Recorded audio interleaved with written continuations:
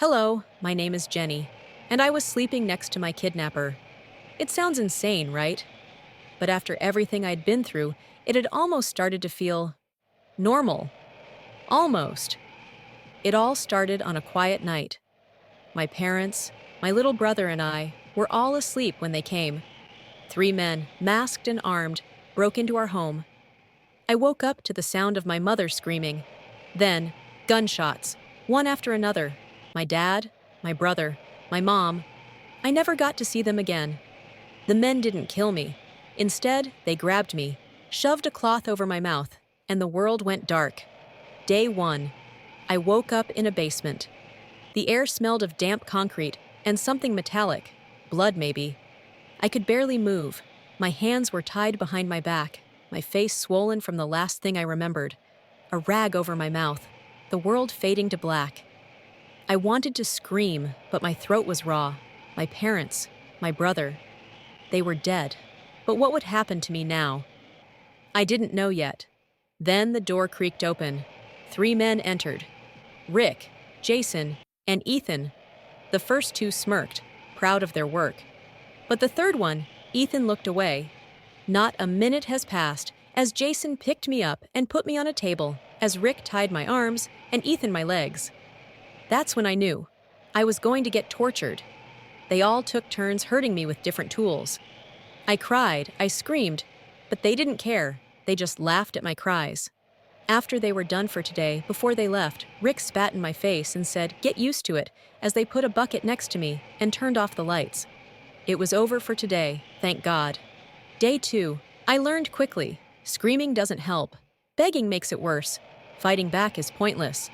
They hurt me again today. I won't write how. But I know now, I'm not the first girl that was in this basement. I see the scratches on the walls, the rusted chains bolted to the floor. How many came before me? And where did they go? Day 4. They let me eat today. Just scraps from their dinner. I watched enough true crime to know I needed to be nice to them, for them to warm up to me, to see me as a human, not just an object for their sick satisfaction. So I said thank you. Jason laughed. Rick sneered. Ethan was silent. I don't think he likes what they do, but that doesn't mean he'll help me. He still sits at the same table. He still looks when they hurt and touch me.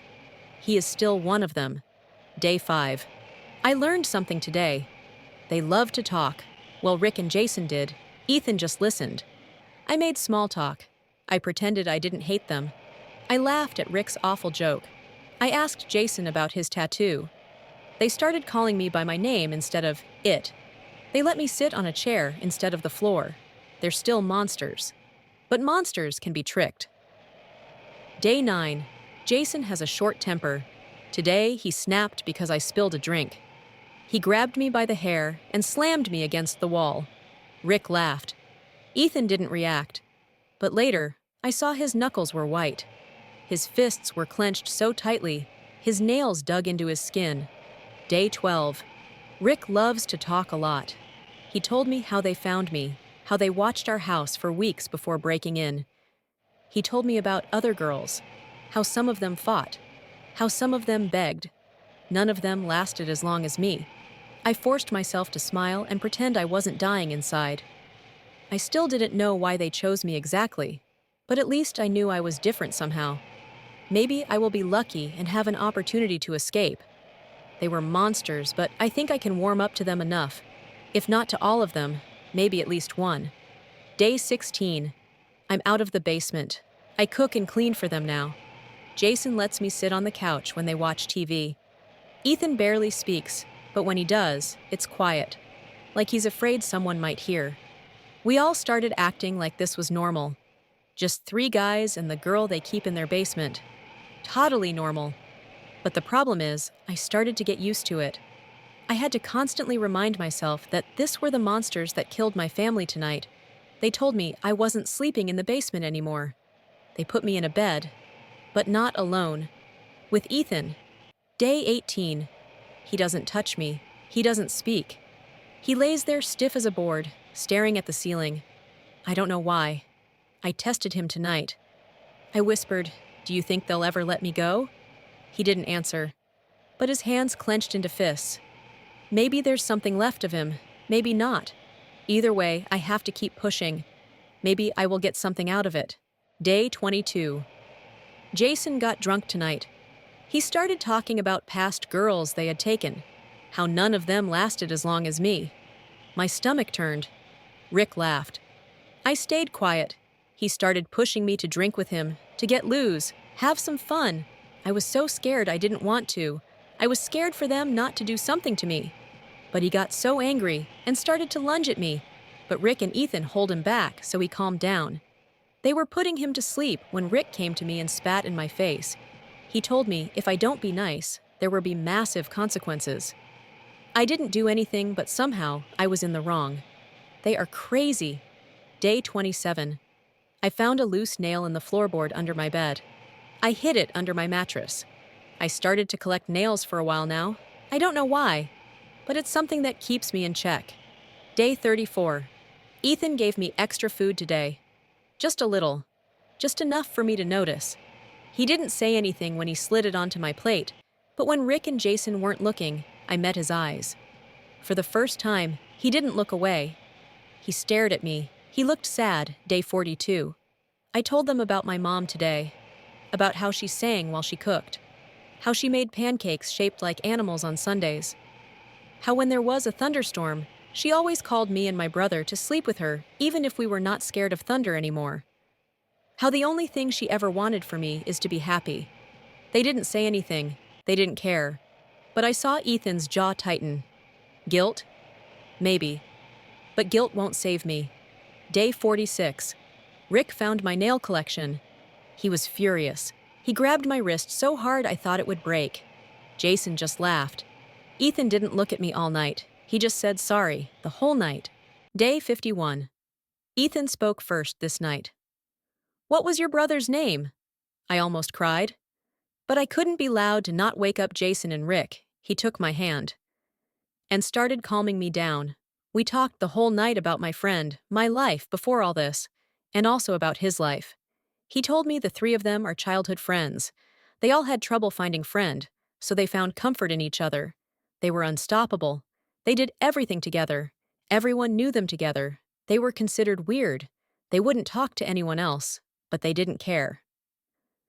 After some time, Jason started to get a liking for killing. It started with ants, but then it became frogs, then birds, and then cats and dogs. Rick liked what he was doing. He would join in, but Ethan was always disgusted by it, but he never had the balls to say anything, so he just hoped they were going to stop eventually. But they never did.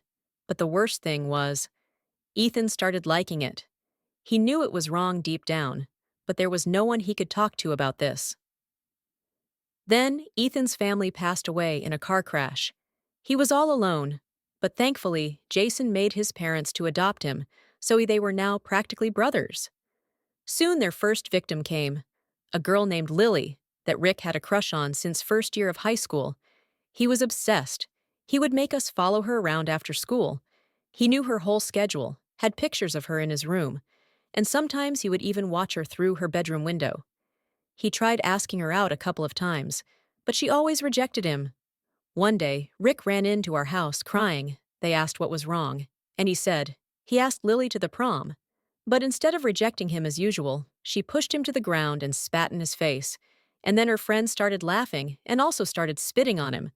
Lily called him ugly, a loser, and all sorts of names, and no one tried to help him. They just laughed at him. They got furious. They lost all hope in the world. They decided Lily had to pay, so they started making a plan. Somehow their twisted minds came up with an idea to kidnap her after prom. They were going to use Ethan's old house since it was in the woods, and no one had lived there for some time now. Prom came, and they made sure Lily got drunk that night. Jason even went out of his way to sneak up to her and roofie her drink. After prom, her friends dropped her off in front of her house, but she was so intoxicated she didn't even know where she was, so it was very easy to take her. When they brought her to the basement, they didn't know what to do with her. They didn't plan that far ahead, but something came over Jason. He broke the mirror that was next to him and took a shard to Lily's arm and started making cuts, deep, deep cuts. Lily immediately woke up from her trance and started screaming, begging for her life. But Jason didn't care. Then she realized who we were. She noticed Rick. She started to scream at us, but especially started to yell at Rick. She said he was a low-life loser, and she should have known an ugly person like him would do something like this, because no girl would ever touch him any other way. Rick started screaming, saying, "Shut up! Shut up, you bitch!" and came up to her, took the shard from Jason, and started stabbing her in the chest until she started gargling on blood. That's when both of them realized what they have done. But instead of screaming and being scared, they started laughing. They loved what they did. Ethan was in shock. He didn't move, but then the laughing stooped, both at them, looked at Ethan. They were scared he was going to tell on them. He swore. He wouldn't tell anyone, but they said he had to prove it. So, he took the shard, went up to Lily, who was still choking on blood, and started stabbing her in the head. The problem was, he liked it. He loved the rush. He loved the felling. He was sick as much as them. There was no going back now. They wanted to do this again, so they started stalking women, finding the right one, then either waiting for them to go to a party and get in to roofie them, or until they were alone. Then, after some time, they started getting more picky with women, so they had to get more risky with the abductions, killing their partners or friends if needed. And then when it came to me, there was no other way. They didn't want to kill any of them, but they woke up, so it was too late. The story got me a good look at Ethan's psyche. He was sick, but he knew what they were doing was wrong. I told him that I felt sorry for him, but he told me there is no need to. He knows he's a monster. Before I could say anything, we heard the two of them wake up, so the conversation ended abruptly. Day 52. Me and Ethan still didn't find time to finish our conversation, but I got a little talk in with Rick and Jason today. When I was cleaning, I opened a drawer, and inside there was a gun and a lot of pictures scattered around. As soon as I opened it, both of them jumped up and said, "Don't even think about it." I immediately closed it, but now they just stood there confused. So I started the conversation. "Since I'm here so long, what are your plans?" They didn't know how to answer, so they just said, "We don't know." I asked them about the other girls. How many girls did they kidnap? And did they know them personally, or were they just random like me? Rick said they don't keep count of them, and Jason said they were bitches anyway and deserved it. Rick agreed. I didn't get anything from this, but I saw I was annoying them, so I had to stop before they did anything I would regret. Day 57. They decided to take me for a little walk in the woods at first. I was excited maybe I could escape. But then Jason said, "Rick put her leash on." Now I was scared, but also furious now. They were treating me like an animal. I thought maybe there was some good in them, but now I see there is absolutely none. I looked at Ethan while Rick was putting the leash. He told them this was insane, and they just stared at him. Then he yelled at them, saying they were doing too much. Now Jason got angry, got in Ethan's face, and pushed him to the ground. Ethan was speechless, and Rick laughed.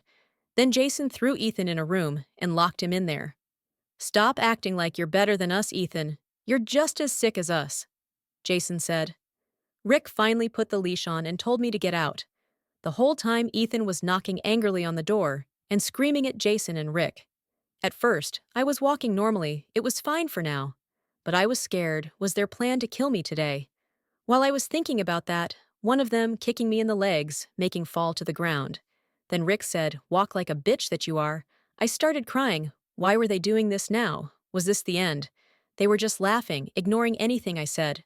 Me legs hurt, little sticks and rocks piercing through. My skin making me bleed. But I had to live through. This maybe I can escape. I looked around to get a knowing of my soundings. And then Jason lifted my face up and said, "You're so pretty when you cry," laughing maniacally. That made me disgusted. I tried to say something, but I had no strength. He just kept laughing and picked me up, taking me back into the house. Day 58. The three of them made up, but I could feel the tension in the room. It's like they don't trust each other. But then something unexpected happened. Jason didn't even look up, just said, "Now, Ethan." To which he got up and came straight to me, slapping off the chair. I was sitting right to the floor. I was in shock, but then he picked up the chair and started hitting over and over again until Jason said, "Enough, I trust you, and you go to the room. I don't want to look at you now." Now talking to me. I was still in shock, but I had to obey. Later that night in bed, Ethan said he was sorry, but that he had to do that to gain their trust back. I said I understood. Day 59. I heard them talking. They want to get rid of me. She's been here too long, Jason said. Rick agreed with him. Ethan was quiet. Then he said, "Not yet." They started to talk, but noticed something moving, so they stopped and came to check on me. I was pretending to be asleep now, and that's all I heard from their conversation. It's happening soon, maybe tomorrow, maybe next week. I was in danger. I had to be careful from now on. It could happen any day now. Day 60. He woke me up in the middle of the night, hand over my mouth. "Run," he whispered. I asked him to go with me. I know he's different. I know he changed, but he told me no, he did too much. He hurt too many people. He needs to rot with the two of them, and then when he dies, he needs to rot in hell. I started crying, but he assured me this is what he wants, and made me leave quickly. I ran. But then I heard yelling. Rick and Jason woke up. They started to argue, and then gunshots. A few of them. I don't know who got shot, but I turned back for a second, and the only thing I could see is something orange. A fire? A flashlight, maybe? I don't know. I didn't have time to think. I had to run. I didn't look back until I hit the road. A car almost hit me. But thankfully, it was a woman. When she saw me so scared, so dirty, she immediately put me into her car and drove me to the police station. When we came, they already knew who I was. They were looking for me for days. When I told them what happened, they immediately told me they were go and check that house. Day. I don't know what day it is anymore. I'm in a foster home now. I didn't hear anything from the police about Jason, Rick, and Ethan. They never contacted me or anything, but maybe it's just for my safety. I'm safe. But at night, I still hear the gunshots. I still see Ethan's eyes, filled with guilt, before he let me go. And sometimes I wonder if he's still out there, somewhere, or if he died saving me. Thank you, Ethan.